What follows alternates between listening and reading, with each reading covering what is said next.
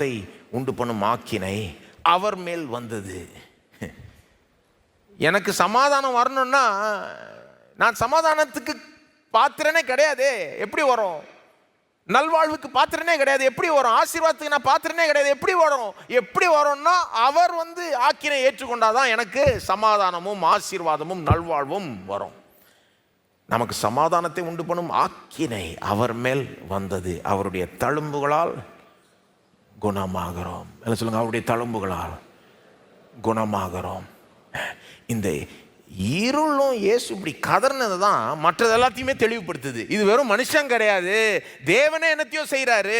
அவன் மனுஷன் அடிக்க அடிக்க அதுக்கு மேலே தேவன் இருக்கிறாரு. தேவன் தான் இதெல்லாம் ஏற்படுத்தினார், அவர் நியமித்தார்.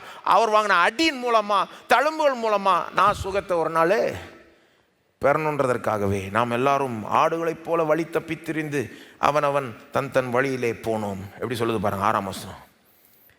உலகத்தை அப்படியே வர்ணிக்குது பாருங்க. நாம் எல்லாரும் ஆடுகளைப் போல வழி தப்பி திரிந்து அவன் தன் தன் வழியிலே போனோம். இன்றைக்கி அதுதானே பெரிய ஃபிலாசபி. என் வழி தனி வழி, என் வழியில் நான் போவேன், நான் விரும்பினதை நான் செய்வேன், என்ன கேட்கறதுக்கு யார்? இது பெரிய தத்துவம்னு நினச்சிக்கிறாங்க. இதுதான் வாழ்கிறதுக்கான விதம்னு நினச்சிக்கிறாங்க. நமக்கு ஜீவனையும் சுவாசத்தையும் உயிர் மூச்சையும் தாளந்தையும் திறமையும் கிருபையும் குடும்பத்தையும் பிள்ளைகளையும் வேலையையும் கைகாலையும் கொடுத்தவருக்காக நம்ம வாழ வேண்டாம், அவர் விரும்புகிறதை செய்ய வேண்டாம். அவர் நம்மளை கேள்வி கேட்க முடியாதா? இன்றைக்கி என்ன செஞ்சேன் நீ? நான் விரும்பினதை செஞ்சியா இல்லையான்னு கேட்க முடியாதா? முட்டாள்தனம் பாருங்க. கர்த்தரை பயப்படுகிற பயமே ஞானத்தின் ஆரம்பம். அதான் கர்த்தருக்கு பயப்படுகிற ஒரு பயமே இல்லாததுனால கொஞ்சம் கூட ஞானம் இல்லாமல் உலகம் போகுது பாருங்க.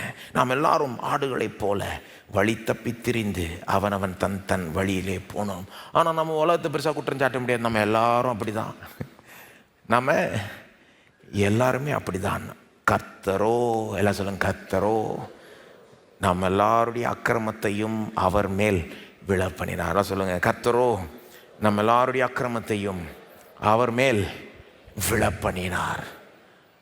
நான் யோசித்து பார்க்குறேன், இந்த டொர்னேடோலாம் வரும்ல, டொர்னேடோனா தெரியுமா? அந்த காற்றுச்சூழல், அப்படியே எல்லா இடத்துலேருந்தும் காற்று ஒரே இடத்துல சேர்ந்து அப்படியே ஒரு இடத்துல விழுற மாதிரி இருக்கும்.